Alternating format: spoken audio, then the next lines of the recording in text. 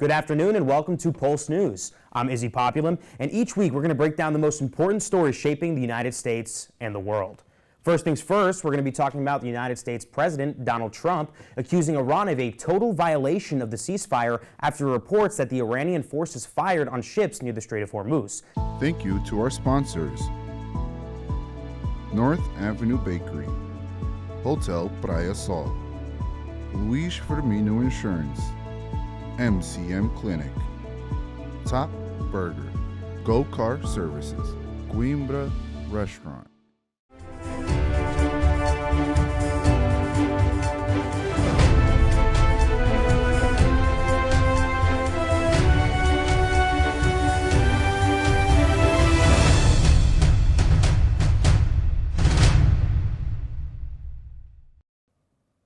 Good afternoon and welcome to Pulse News. I'm Izzy Populim.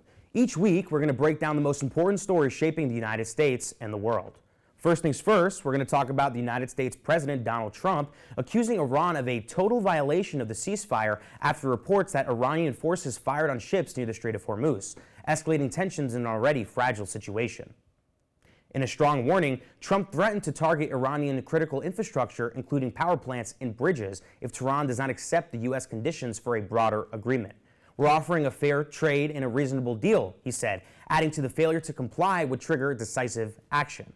The Strait of Hormuz is a vital global shipping route, remains effectively closed as Iran reversed its decision to reopen it, citing the ongoing U.S. blockade of Iranian vessels. Shipping data indicates traffic has stalled, with multiple reports of vessels being fired upon as they approach the area. Despite rising tensions, diplomatic efforts continue, with U.S. envoys expected to arrive in Pakistan to pursue further negotiations. However, the situation remains volatile, with both sides maintaining firm positions and the risk of renewed conflict looming. President Donald Trump announced that U.S. officials will travel to Pakistan for renewed negotiations with Iran as a fragile two-week ceasefire approaches its expiration. Pakistan continues to act as a mediator between the two sides, but significant decisions remain. At the same time, tensions are escalating in the Strait of Hormuz, a critical global energy route. Trump accused Iran of violating the ceasefire by firing on vessels attempting to pass through the strait, which remains largely restricted to Western ships. Maritime data shows several ships turning back, highlighting growing instability in the region. The United States is demanding that Iran halt nuclear enrichment and surrender highly enriched uranium, while Iranian leaders insist that they will not yield to pressure. Iran's chief negotiator stated that the country is prepared to return to conflict if the talks fail, even if it seeks diplomatic gain following recent military action. With both sides maintaining strong positions, the situation remains uncertain. The coming days will be critical in determining whether diplomacy prevails or tensions escalate once again. The leader of Hezbollah, Naim Qassem, said the group is open to cooperating with the Lebanese government to extend the current ceasefire deal with Israel, but outlined several challenging conditions for any long-term agreement. While welcoming the 10-day truce, Qassem emphasized that Hezbollah remains fully prepared militarily and listed key demands, including a permanent halt to Israeli attack and complete withdrawal of Israeli troops from southern Lebanon. These conditions come amid continued tensions as Israel has indicated it may maintain a presence in parts of the region following the recent clashes triggered by Hezbollah's support of Iran. The issue of disarmament also remains a major obstacle. Although the United States has reiterated that Hezbollah should not retain weapons under the ceasefire terms, the group has historically resisted such measures and operates largely outside of the control of the Lebanese government. With thousands displaced and casualties mounting on both sides, the situation remains fragile. And the success of any extended ceasefire deal will depend on the significant conditions of all parties involved. Pope Leo XIV says he has no interest in engaging in public debate with U.S. President Donald Trump over the Iranian conflict, emphasizing that his focus remains on promoting peace. Speaking to reporters abroad the papal plane during his trip, the pontiff addressed recent tensions sparked by comments from the U.S. president. He clarified that his message was not directed at any individual, but reflects the broader teachings of the gospel. Leo also pushed back against what he described as an inaccurate narrative surrounding his remarks, noting that the political content has shaped public perception. Despite the growing attention, the Pope reaffirmed his comment to advocating for dialogue and peace rather than engaging in political disputes.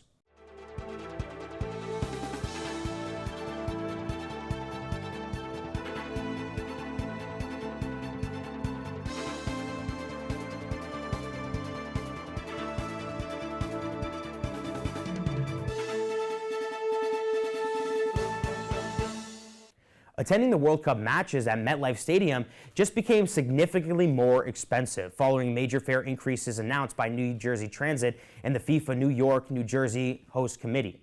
For the 8 matches scheduled between June 13th and July 19th, including the final, a round-trip train ticket for New York Penn Station to the stadium will cost $150, sharply from the usual $12 fare. Shuttle services will also be available, priced at $80. The increase has sparked concerns among fans and commuters, but New Jersey Transit CEO defends the decision, stating that the financial burden of hosting such a large-scale global event should not fall on everyday New Jersey riders.